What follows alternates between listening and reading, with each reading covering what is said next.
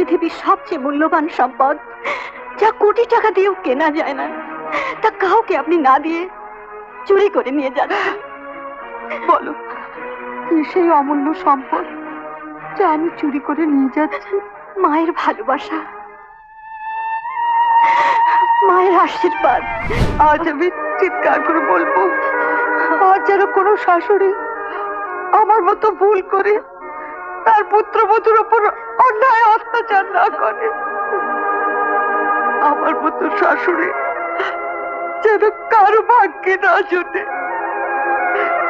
কিন্তু তোর মতো পুত্রবধূ যেন সব শাশুড়ি পায়। মা, আমি এদের এই বাড়ি সব বিষয় সম্পত্তি টাকা দিয়ে কিনে নিয়েছি মা।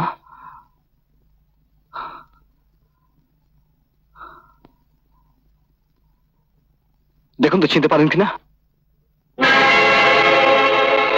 ইনি আমার মা, যাকে আপনি একদিন অপমান করে বাড়ি থেকে তাড়িয়ে দিয়েছিলেন।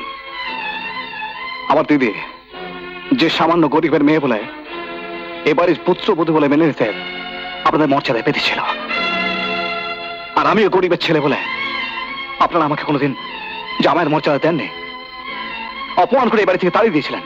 আর সেই দিন আমি এখানে দাঁড়িয়ে প্রতিজ্ঞা করেছিলাম যে একদিন আপনাদের এই মিথ্যে আভিজাত্যের অহংকার আমি টাকা দিয়ে মোকাবেলা করব। আজ আমি তা করছি। আমার প্রতিজ্ঞা আমি রেখেছি শাশুড়ি মা। আপনাদের এই বাড়ি, গাড়ি, এই সমস্ত সম্পত্তি সব আমি টাকা দিয়ে কিনে নিয়েছি। সব, এই টেবিল, চেয়ার, এ বাড়ির প্রতিটি ইট সব আমার।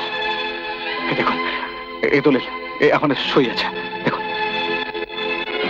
আর কোনোদিন আপনি আমাকে আর আমার দিদিকে এ বাড়ি থেকে তাড়িয়ে দিতে পারবেন না, কোনোদিন না।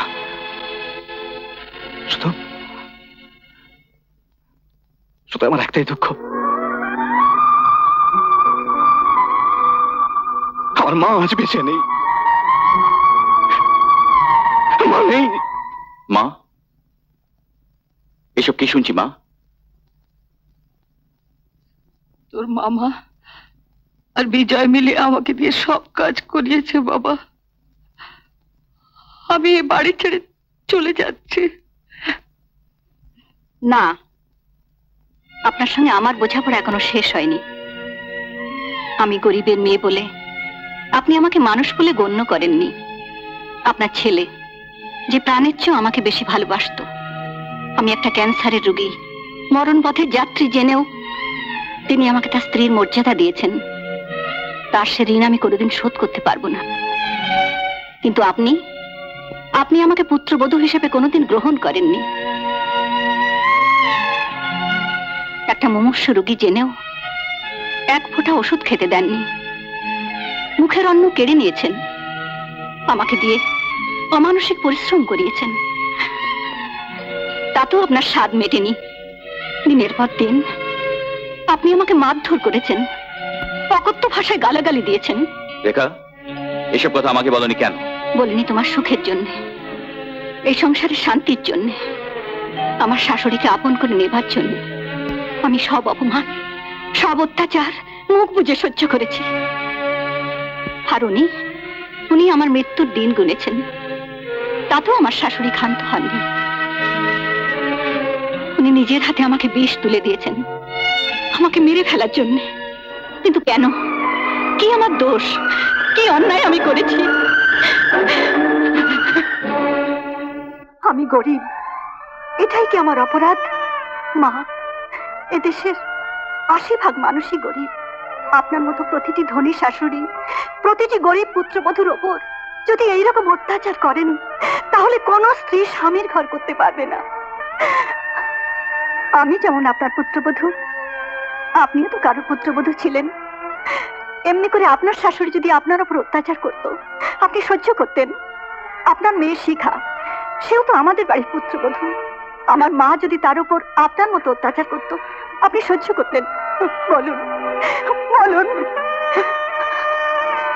আপনারা শাশুড়িরা পুত্রবধূকে পুত্রবধূ না ভেবে নিজের মেয়ে বলে বুকে তুলে নিতে পারেন না, তাহলে বউ শাশুড়িকে নিয়ে সংসারে যে বিভেদের সৃষ্টি হয়, তার কোনো দিন হতো না। আমি ভগবানের কাছে প্রার্থনা করছি আমার মতো হতভাগী পুত্রবধূ হয়ে যেন কোনো মেয়েকে স্বামীর ঘর করতে না হয়। চুপ করো বাবা, চুপ করো। যে অন্যায়, যে ভুল, যে পাপ আমি করেছি, কি করলে তার প্রায়শ্চিত্ত হয় আমি তো জানি না। তুমি আমাকে শাস্তি দাও বাবা, আমাকে শাস্তি দাও। চুপ করো মা, চুপ করো। রেখা, তুমি আমার স্ত্রী, ক্ষমা চেয়ে তোমাকে ছোট করব না। আমার অজান্তে যে দুঃখ, যে কষ্ট পেয়েছো, যদি পারো আমার মাকে ক্ষমা করে দিও। এসো মা। দাঁড়ান, আপনার সব ঋণ এখনো শোধ হয়নি। আমার তো কিছু দেবার নেই। আছে, এই বাড়ির সবচেয়ে বড় সম্পদ যে আপনি সাথে করে নিয়ে যাচ্ছেন। বিশ্বাস করো, এই দেখো, পরনের কাপড় ছাড়া আমার কাছে কিছু নেই। আমি বলছি আছে, পৃথিবীর সবচেয়ে মূল্যবান সম্পদ যা কোটি টাকা দিয়েও কেনা যায় না, তা কাউকে আপনি না দিয়ে চুরি করে নিয়ে যাচ্ছেন। বলো, কি সেই অমূল্য সম্পদ যা আমি চুরি করে নিয়ে যাচ্ছি? মায়ের ভালোবাসা, মায়ের আশীর্বাদ। বৌমা, তুমি আমাকে ক্ষমা করো বৌমা, নইলে যে আমার নরকেও ঠাঁই হবে না। মা, আজ আমি চিৎকার করে বলবো, আজ যেন কোনো শাশুড়ি আমার মতো ভুল করে তার পুত্রবধূর উপর অন্যায় অত্যাচার না করে। আমার মতো শাশুড়ি যেন কারো ভাগ্যে না জোটে, কিন্তু তোর মতো পুত্রবধূ যেন সব শাশুড়ি পায়, সব শাশুড়ি পায়। আমার ভুলের সাজা আমি পেয়েছি। তোমাকেও কষ্ট দিয়েছি, আমিও কষ্ট পেয়েছি। তোমার বিরুদ্ধে আমার কোনো অভিযোগ নেই শেখা। মা, আমরা দুটি ভাই বোন, কথা দিন আপনার স্নেহ থেকে যেন কোনোদিন বঞ্চিত না হই। মা, এই নিন আপনার সহায় সম্পত্তি। আমরা কিছু চাই না, কিছু না। নিন। এতদিন আমার এক মেয়ে ছিল, আজ আমার দুই মেয়ে হলো।